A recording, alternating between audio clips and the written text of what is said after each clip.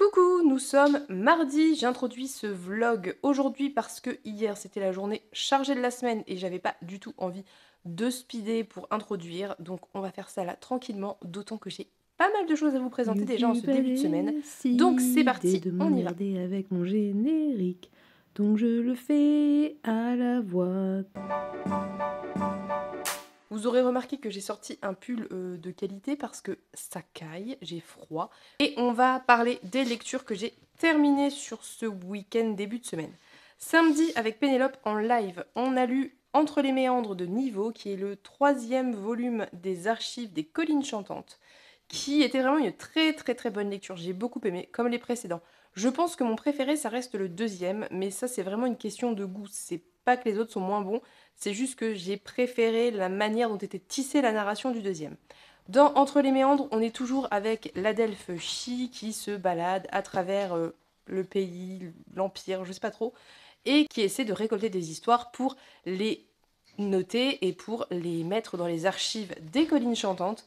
Et ici, on va se retrouver entre les méandres, voilà, tout simplement, où IL va partir en voyage, va rencontrer des personnes et ils vont vivre des aventures. Et au cœur de ces aventures, il va y avoir un récit enchâssé comme dans les précédents. J'ai beaucoup aimé l'ambiance, c'est hyper bien fait parce que à chaque volume, il y a une ambiance à la fois un peu similaire et à chaque fois un peu différente. Et je trouve que vraiment il y a une maîtrise des ambiances qui est très bonne. Le format est vraiment très court et pourtant je trouve qu'on a vraiment ce qu'il faut, on en a assez. On aimerait peut-être en avoir un petit peu plus sur la construction de l'univers parce que c'est pas forcément hyper développé, mais c'est suffisamment bien distillé pour qu'on saisisse à peu près le genre d'univers. Je reste sur mon impression un petit peu très proche pour moi des ambiances à la Becky Chambers, non pas parce que, surtout dans le 1, peut-être plus dans le 1 encore, mais non pas parce que c'est forcément ultra bienveillant à tous les niveaux et que voilà, c'est pas dans ce sens-là, mais c'est dans cette espèce d'ambiance qui est assez enveloppante, assez particulière, un peu différente, même s'il se passe, c'est pas du tout le même univers, hein, il se passe des choses pas forcément toujours très positives, mais il y a ce côté-là que je retrouve et que j'aime beaucoup. Ici, l'histoire enchâssée va concerner Yi Lalé, c'est très difficile à dire, donc Yi Lalé, qui était une femme guerrière et c'était très chouette. J'aime vraiment beaucoup. Je pense que l'autrice a cette volonté de d'écrire des univers qui sont qui à la fois représentent plein de gens. Je pense qu'il y a beaucoup de représentation en termes de genre, de sexualité, de manière de vivre et je trouve ça vraiment génial. Il n'y a pas de sexisme et quand il y en a, c'est dénoncé et c'est pas quelque chose de bien vu et de positif et ça fait du bien ce genre d'univers. Voilà, c'est ça que j'entends en fait, je pense, quand je dis que ça, ce côté un peu réconfortant à la Becky Chambers, c'est ce côté absence de discrimination qui fait du bien. C'est-à-dire qu'il peut même se passer des choses, voilà, des bagarres, des guerres, des conflits, etc. Rien que le fait que l'univers soit relativement safe et bienveillant la plupart du temps, eh ben, c'est suffisant à ce que l'ambiance pour moi soit plaisante et réconfortante. Je vais pas trop développer très sincèrement parce que c'est très court. Sachez que vous pouvez les lire indépendamment les uns des autres. Le fil conducteur existe entre les volumes, mais il n'y a pas forcément ce côté chronologique et il n'y a pas forcément vraiment directement de rapport. C'est assez léger. Donc si un vous tente plus que l'autre, vous pouvez les lire dans l'ordre que vous le souhaitez ou en zapper ou comme vous voulez. Il y a 4 volumes de prévus à l'heure actuelle qui sont déjà parus en anglais. Un 5e va paraître apparemment, j'ai vu ça très récemment, je crois hier. Donc je suis absolument ravie puisque je suis totalement fan de cette série et qu'en plus ils sont très jolis. Donc sachez que vous pouvez y aller les yeux fermés si vous avez envie de ce type d'histoire avec des narrations enchâssées, un vrai travail sur la narration, sur le développement du personnage de Shi qu'on voit évoluer et qu'on apprend à connaître de mieux en mieux au fil des tomes et ça c'est très chouette et c'est très bien mené. Et si vous avez envie d'avoir ce côté collecte d'histoires, collecte de contes, et en même temps, ce que je trouve très bon, c'est qu'il y a le côté conte, c'est-à-dire l'histoire que tout le monde connaît et se répète, mais il y a aussi le côté des personnages qui connaissent vraiment ou qui ont vécu ces choses, apportent à ce conte, et cette comparaison entre le mythe et la réalité. Et c'est vraiment un très bon travail d'auto-critique et d'observation de la manière dont on raconte les histoires et on se les répète et comment ça peut évoluer de bouche en bouche et d'oreille à oreille au fur et à mesure du temps. Voilà, donc ça c'était très chouette. Je suis très contente de l'avoir lu. J'ai très hâte d'avoir la suite, comme toujours. Je ne sais plus très bien. Le 4e volume, c'est les mammouths quelque chose. Donc on verra bien, on en reparlera de toute façon. Ensuite, j'ai terminé Vainqueuse de Jean-Laurent Del Socorro que j'avais déjà entamé, je vous en ai parlé je crois samedi dernier en vous disant que je venais de l'entamer. Je l'ai terminé ce matin. C'était une très chouette lecture. Dans Vainqueuse, on suit le personnage de Siniska, qui est une jeune femme qui est une princesse de Sparte et qui a pour ambition d'être une guerrière, d'être une spartiate, chose qui n'était pas forcément très accessible aux femmes, mais elle a une espèce de dérogation parce qu'elle est princesse, donc elle peut faire la formation. Et on va la suivre d'une part dans cette première période de sa vie, donc autour de la guerre et de sa formation et de sa jeunesse, et ensuite dans une espèce de deuxième partie où elle est plus âgée et où elle va peut-être finalement se démarquer autrement que ce qui était prévu à l'origine. Je vous en dirai pas plus, vous verrez bien, ça se lit vite, ça se lit vraiment très très rapidement et ça serait dommage de trop vous en donner. Je trouve malgré tout que le résumé est un petit peu il donne des choses qui n'arrivent pas forcément tout de suite dans l'histoire. Et du coup, comme j'avais lu le résumé, que je l'avais en tête, eh bien, je ne comprenais pas sur la première partie pour- quel était le rapport avec le résumé. Donc c'est un peu dommage peut-être ce résumé qui va trop loin dans le récit. Donc ne le lisez pas. Si jamais vous êtes tenté par l'histoire, ne vous penchez pas sur le résumé, ça sert à rien. Et voilà, sachez juste qu'on va suivre cette jeune femme et sa vie et son envie de se démarquer des attentes sociales dues à son genre, puisqu'elle est une femme. Ce que j'ai trouvé très bon dans cet ouvrage, d'une part, c'est qu'on a une narration qui est accessible. C'est vraiment du Jean-Laurent Del Socorro type Boudica, de ce que je m'en souviens. C'est-à-dire, c'est assez factuel, c'est assez efficace en termes d'écriture. Ça peut ne pas plaire, je peux le concevoir, mais je pense que là, en l'occurrence, dans un jeunesse, c'est plutôt bien fait parce que ça permet de ne pas se perdre et ça permet de suivre des choses assez précises. Je trouve que Jean-Laurent Del Socorro, de manière générale, arrive à mettre l'accent sur certaines choses et faire ressortir de son texte certaines choses, certaines valeurs, certaines idées, et à laisser le reste des événements plus glisser. Et c'est plutôt intéressant, notamment parce que je suis en accord avec les choses qu'il met en avant, probablement. Typiquement, voilà, ici on va se retrouver avec ce personnage féminin qui va poser beaucoup de questions et de réflexions féministes. Je pense par exemple au fait qu'elle ne comprend pas pourquoi les femmes n'ont pas le droit voilà, de faire les formations pour être guerrière, pourquoi dans d'autres peuples ça existe et c'est possible et pas à Sparte, et pourquoi par exemple à Athènes c'est absolument impossible. Donc il va y avoir ces questions autour du féminisme. Ce que j'ai vraiment beaucoup aimé et qui est beaucoup mis en avant dans cet ouvrage et qui est vraiment quelque chose de génial car trop peu fait, c'est la sororité entre les personnages féminins. Il n'y a aucun conflit existentiel autour d'un homme dans cet ouvrage. Il n'y a aucun conflit entre les femmes, aucune jalousie, enfin il y a peut-être des conflits personnels, de désaccords de point de vue, mais ça ne tombe jamais dans les mesquineries clichés et stéréotypées qu'on peut retrouver très souvent. Il n'y a pas de crépage de chignon, il n'y a pas du tout ça, et au contraire, il y a beaucoup d'entraide entre les femmes. Les femmes discutent et se mettent d'accord et mènent des plans communs pour parvenir à leur fin, et parfois même pour des choses qu'elles n'ont pas envie de faire, mais qu'elles veulent que toutes les femmes puissent pouvoir faire si chacune en a envie. J'ai trouvé ça génial, j'ai beaucoup aimé ça. J'ai trouvé que il y avait des véritables questions qui étaient posées, c'est-à-dire pourquoi par exemple les femmes sont obligées de faire 2 fois plus d'efforts pour parvenir à un résultat à minima égal de ceux des hommes, pourquoi on ne peut pas considérer les femmes comme les égales des hommes, même si elles font des choses dites masculines, pourquoi quand un personnage féminin réussit à faire quelque chose qui n'est pas vu comme quelque chose de féminin, eh bien elle devient l'exception au lieu d'amener le raisonnement de bah, peut-être que toutes les femmes pourraient, et ben ça devient juste l'exception et qu'elle est presque plus vue comme une femme. Bref, il y a tout ce type de questionnement qui est posé, que j'ai vraiment beaucoup aimé, qui est hyper important, qui est un peu le cœur de l'histoire, mais sans être forcément mis en avant, c'est-à-dire que c'est des réflexions que le personnage fait avec d'autres femmes. Et c'est assez léger, mais c'est vrai qu'en ayant un regard adulte, on le voit, on le perçoit, et c'est très très bien. Un regard plus jeune, donc public cible, hein, c'est à partir de 13 ans, le verra peut-être pas de manière aussi évidente, mais ça nourrit en fait le lecteur jeune.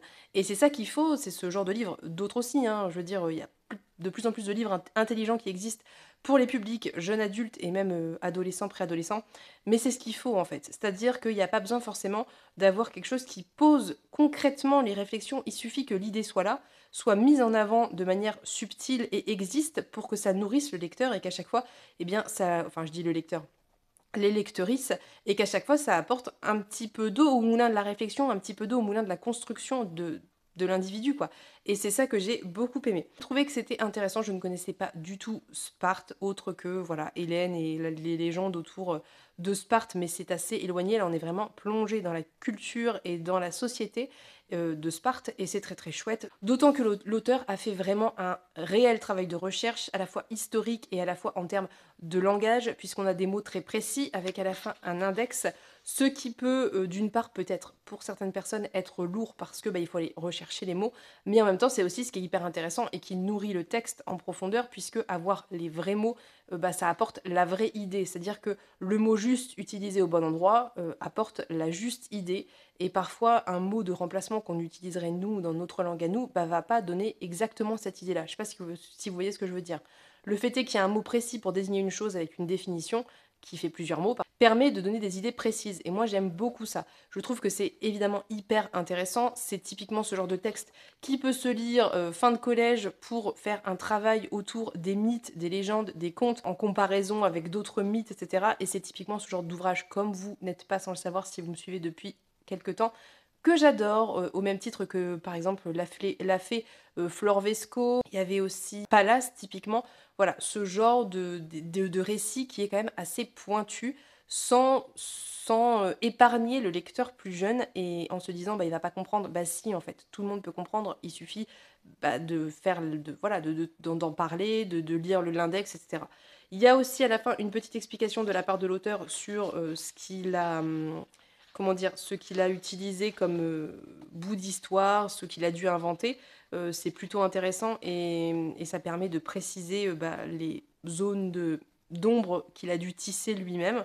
Donc c'est plutôt chouette. Sa bibliographie, et encore une fois, c'est hyper important d'avoir ce genre de choses.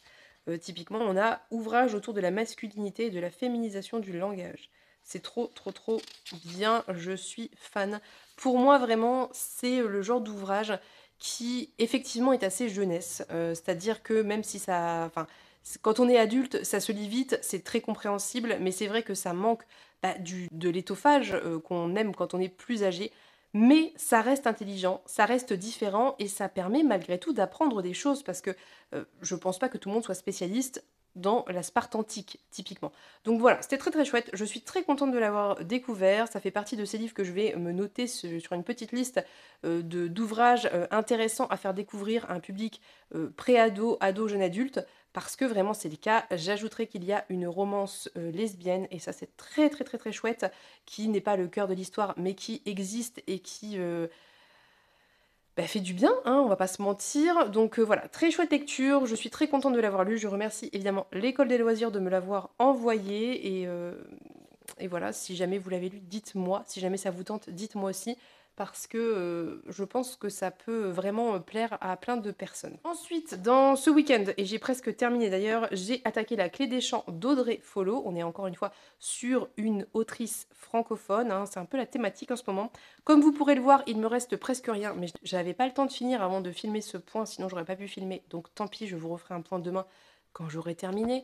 La Clé des Champs, ça va parler d'un jeune personnage féminin qui s'appelle Robin, qui vit dans une société un petit peu parallèle à la société que nous on connaît, puisque c'est une société qui ne regroupe que des voleurs de tout genre, des arnaqueurs, enfin voilà, que des gens qui sont dans le délit, etc. Et donc elle grandit dans une famille où tout le monde est voleur, où on n'achète rien et on vole les choses qu'on ramène. Et c'est assez bien fait parce que c'est tourné d'une façon un peu drôle, un peu absurde. C'est-à-dire que par exemple, ça serait un affront de ramener un bouquet de fleurs qui a été acheté. Enfin, c'est... Voilà, bref. Et donc Robin, le problème qu'elle a, c'est qu'elle n'est pas très très douée pour ça, qu'elle n'aime pas franchement ça, qu'elle n'est pas à l'aise. Et là où ça se complique, c'est qu'elle doit prochainement passer son initiation, c'est-à-dire que c'est une espèce de cérémonie où elle va être envoyée voler quelque chose, il faut qu'elle le ramène pour être considérée comme initiée, donc faire partie à part entière en tant qu'adulte, jeune adulte en l'occurrence, c'est à 15 ans ou 14 ans, de cette société. Et si elle échoue, elle sera jetée dans le monde du commun, ce qu'on appelle les marchandeurs, donc a priori, j'imagine, vous et moi.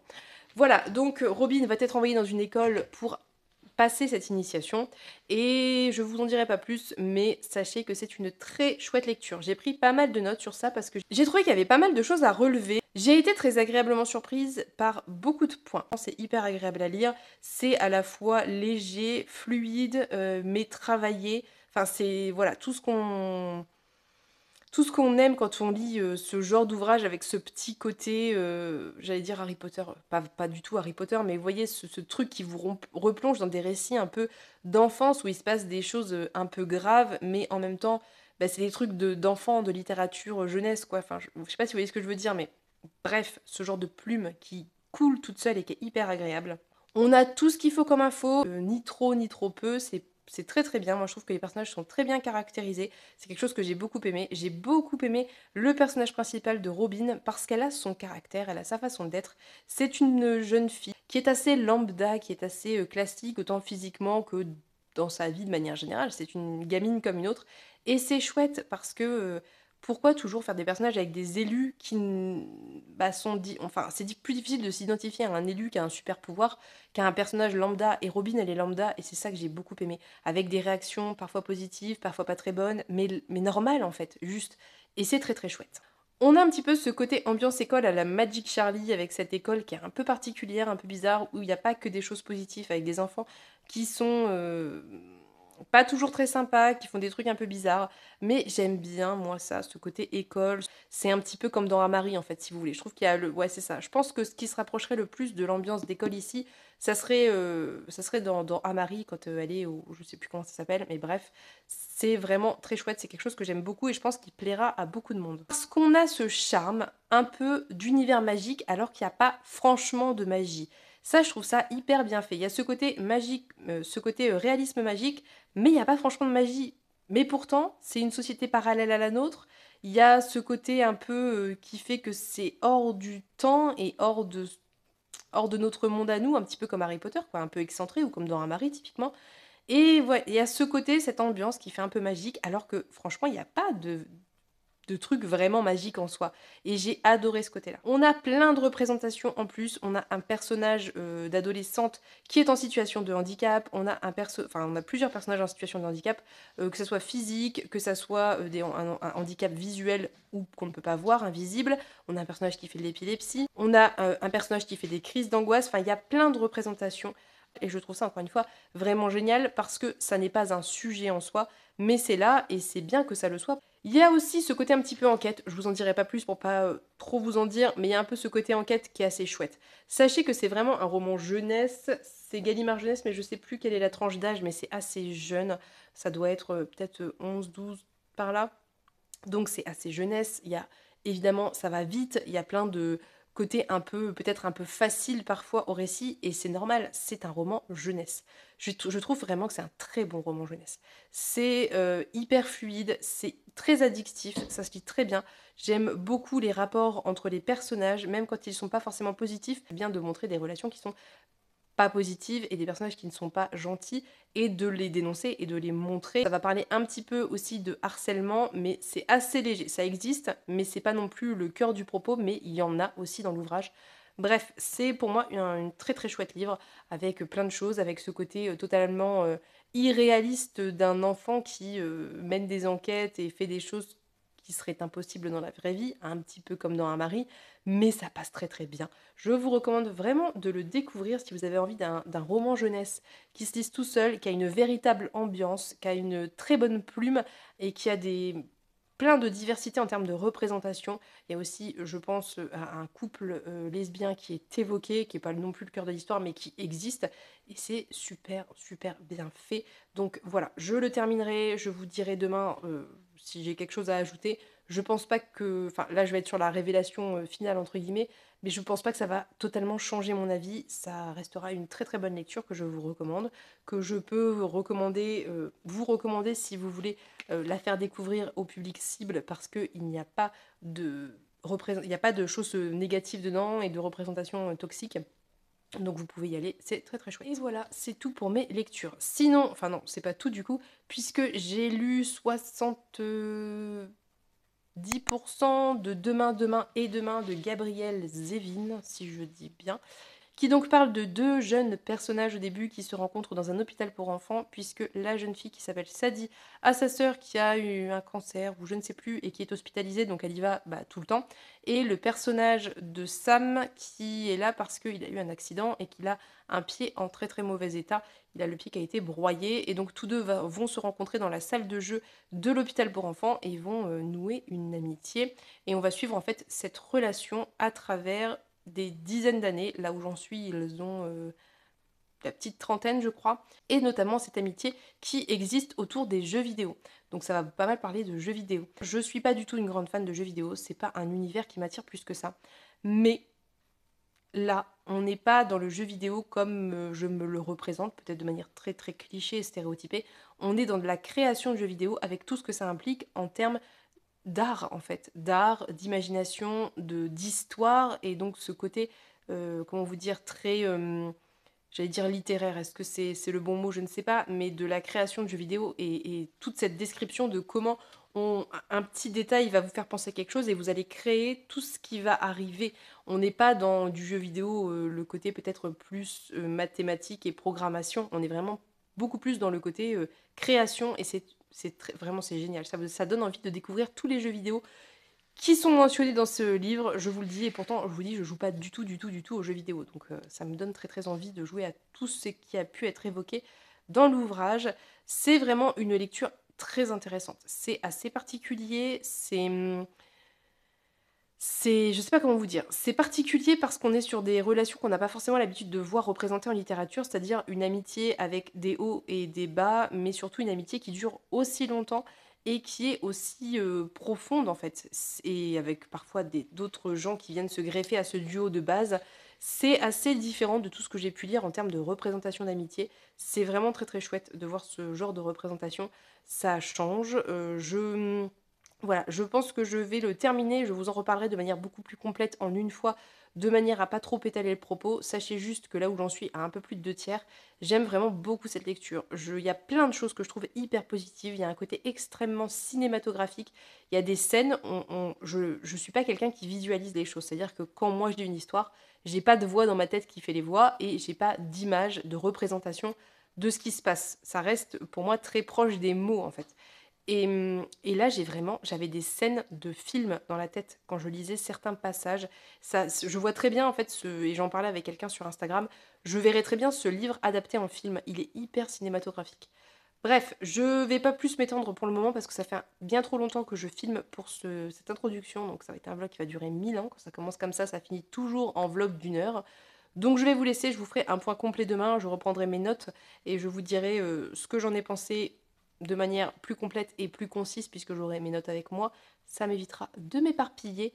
Je vais vous laisser pour cette introduction de vlog. Je vous reprendrai demain. Je ne sais pas ensuite quand je vous reprendrai, mais nous verrons bien. Je vous fais des gros bisous et on se dit à demain.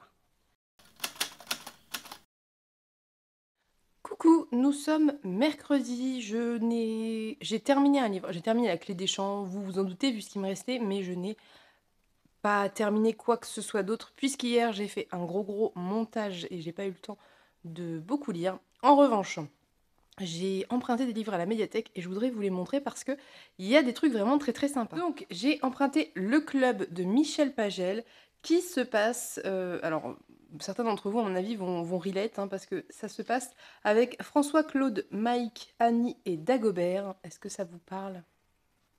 Et c'est je ne sais plus combien de temps après, une fois qu'ils sont devenus adultes, et ils vont retourner dans un endroit où ils passaient leurs vacances quand ils étaient enfants.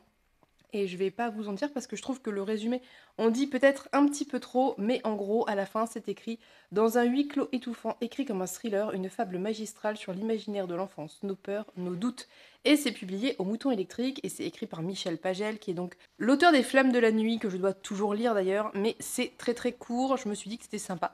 Et ça m'a fait un peu rigoler parce que on retrouve le Club des 5, quoi, tout simplement. Donc je vous en reparlerai quand je l'aurai lu, mais ça me fait très très envie et ça va se lire très vite, ce qui était un bon choix d'emprunt médiathèque, contrairement à d'autres que j'ai pris. Ensuite, j'ai emprunté Subtil Béton du collectif Les Agglomérés qui a été publié chez La Talente. Donc ça dit, Zoé est lycéenne lorsque le mouvement social devient insurrectionnel. À force d'assassinats et de disparitions, la révolte est écrasée par le régime. Les révolutionnaires se dispersent alors que l'autoritarisme se renforce. Donc on parle de révolution, d'insurrection.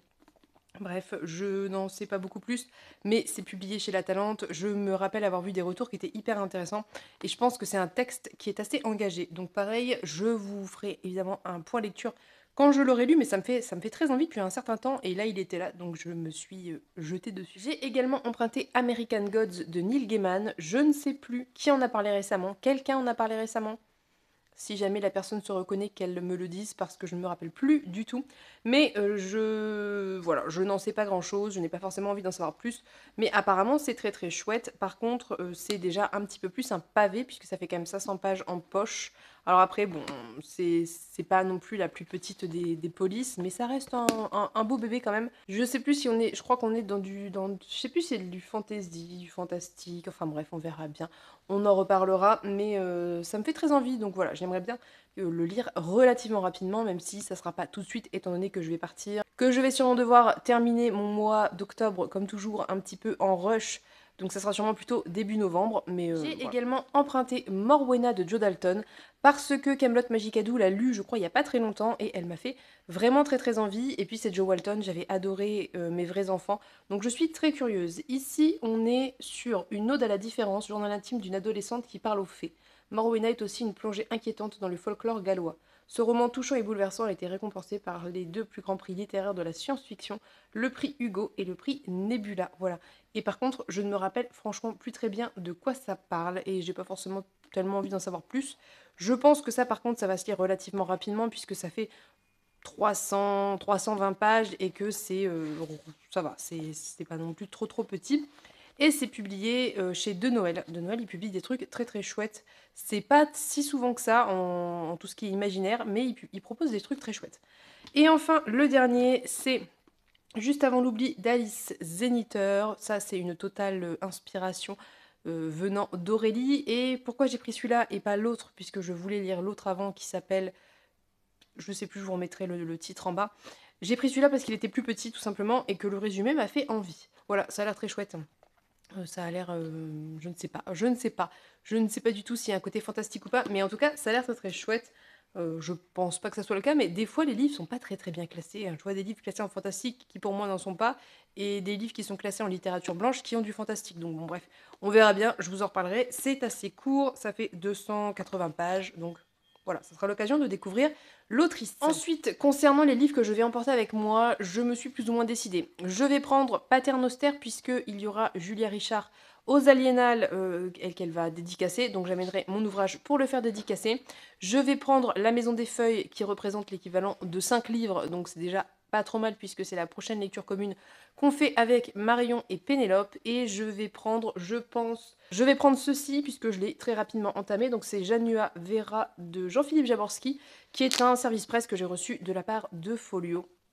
Donc je remercie encore Clara pour cet envoi presse et pour sa gentillesse aussi. Je l'ai commencé, ça me fait très envie, mais ça demande de la concentration. On n'est pas sur un récit. De toute façon, Jean-Philippe Jaworski, autant sa plume est incroyable et exceptionnelle, autant c'est pas forcément le plus simple à lire. En tout cas, il faut se mettre dedans. Une fois qu'on est dedans, ça va, je trouve, mais il faut rentrer dans l'univers. Et là, il y avait déjà beaucoup de noms et beaucoup d'infos. Donc on en reparlera, mais j'ai très envie de le continuer. Je pense que je ne prendrai rien d'autre, en tout cas rien en physique, puisque j'ai quand même prévu d'acheter 2 livres là-bas, donc je vais éviter d'en prendre plus, puisqu'il va falloir ramener ceux que j'ai amenés, et puis ramener ceux que j'aurais achetés. Voilà, donc j'ai pas grand-chose à ajouter. La clé d'échange, j'ai rien à ajouter, c'était très chouette. À la fin, était très très chouette aussi.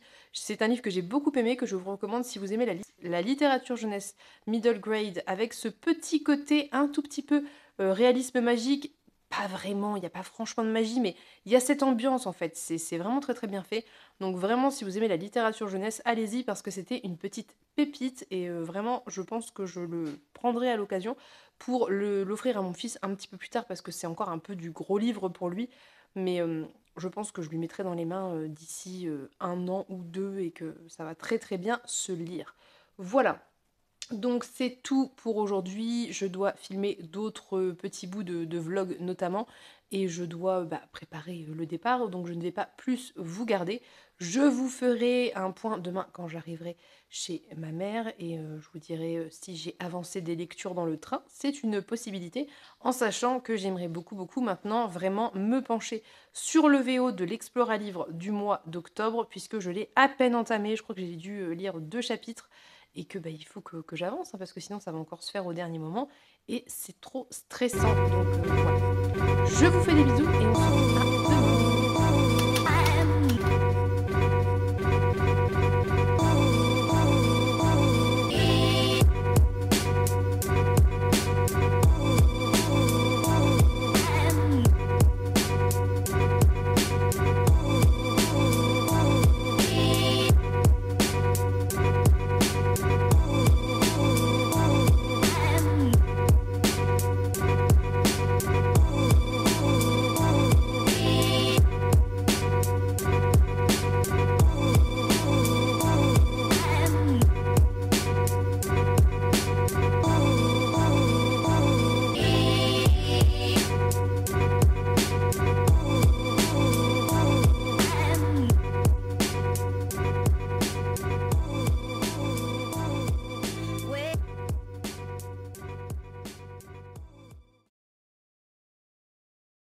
Coucou, on se retrouve, nous sommes samedi, je n'ai pas filmé hier ni avant-hier parce que je suis arrivée, j'ai eu d'autres trucs à faire.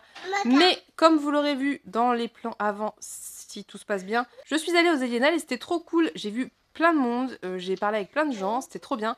Et j'ai pris quelques livres, certains qui étaient prévus, d'autres qui ne l'étaient pas. Et je vais vous montrer ça assez rapidement et ensuite je vais vous laisser parce qu'il faut que je monte cette vidéo pour demain. Dans les livres qui ne sont pas pour moi, il y a ceci, donc c'est, je suis désolée pour les reflets, Fingus Malister d'Ariel Holst que j'ai fait dédicacer pour mon fils, voilà.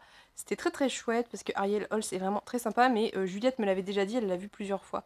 Et c'est vrai qu'il est très sympa. Donc on va lire ça, je sais pas quand, mais on va le lire ensemble. Je serais ravie de découvrir. C'est, je pense, une de ces sagas les plus jeunes. Oui, il y a l'enfant qui fait du bruit derrière.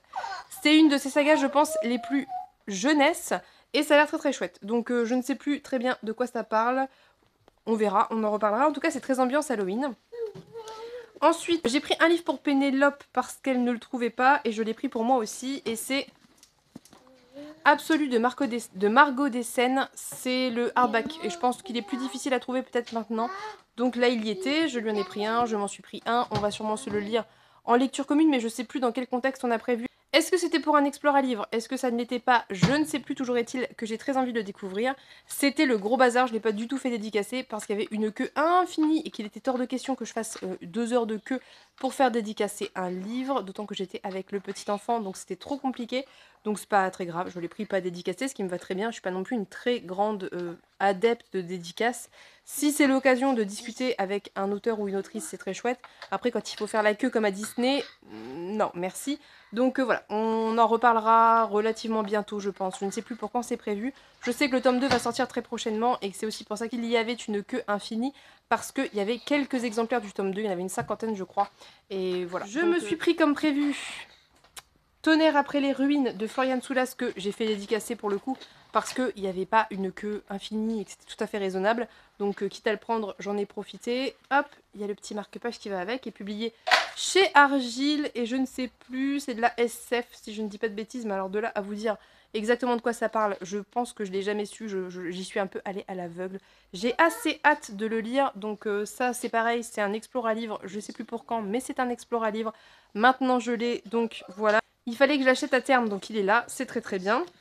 Et dernier livre que j'ai acheté qui n'était pas prévu, c'est ça, donc c'est Peine Ombre d'Ariel Holst aussi, ça m'a fait envie. J'avais très envie d'avoir un autre livre de l'auteur à découvrir. Donc pareil, j'en ai profité pour le faire dédicacer puisque je faisais dédicacer celui pour mon fils. Donc j'ai une petite dédicace, il y a une petite carte, voilà. Et pareil, j'ai lu sur le moment de quoi ça parlait, je n'ai pas relu depuis, je n'ai pas très envie, je pense que je vais le lire dans la foulée. Il est très joli et c'est 404 éditions. Voilà, Ariel Holst, il est publié un petit peu partout, je crois qu'il est chez Slalom, Naos, voilà. Donc, achat un peu imprévu. En fait, à l'origine, je voulais prendre le tome 3 des Sœurs Carmine, mais il n'y était que en poche. Donc, vu que moi j'ai les autres en grand format, je vais me le prendre d'occasion, c'est pas grave. Mais j'ai pris ça à la place, donc c'est très très bien. Je suis très curieuse de le découvrir. Donc voilà, j'ai pris pour moi au final 3 livres, un pour mon fils et un pour Pénélope, ce qui est relativement raisonnable. En revanche, j'ai fait dédicacer ceci que j'ai amené avec moi dans ma valise par Julia Richard, qui est très très sympa. C'était très chouette de la rencontrer, donc je suis très contente d'avoir pu le faire dédicacer, mais surtout d'avoir pu discuter un petit peu avec Julia Richard sur le stand de L'Homme sans nom. Et voilà, c'est tout ce que j'ai ramené. Enfin non, j'ai acheté plein d'autres trucs, mais que je ne peux pas vous montrer, parce que pour la plupart, c'est des choses que je vais offrir. Vous verrez bien, on en reparlera. Donc c'est tout pour cette semaine qui aura été bien chargée, en tout cas bien chargée d'un point de vue voyage, etc. Oui voilà, on présente des livres. Qui aura été bien chargée d'un point de vue voyage, etc. J'ai pas forcément énormément filmé déjà dans la semaine parce que j'avais pas le courage.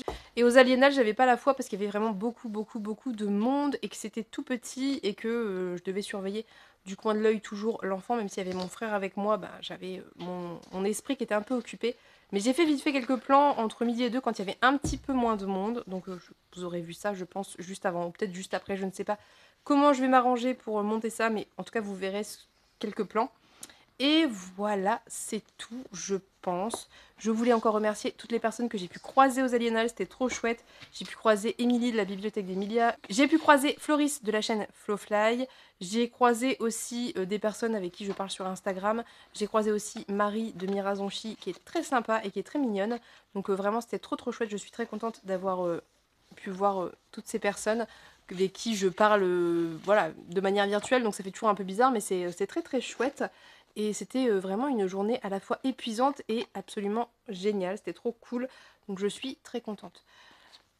À cette occasion, j'ajouterai avant de vous laisser que si jamais vous me croisez, n'hésitez pas à venir me saluer. Moi, je suis déjà pas forcément très douée pour reconnaître les gens, d'autant plus quand je suis avec l'enfant.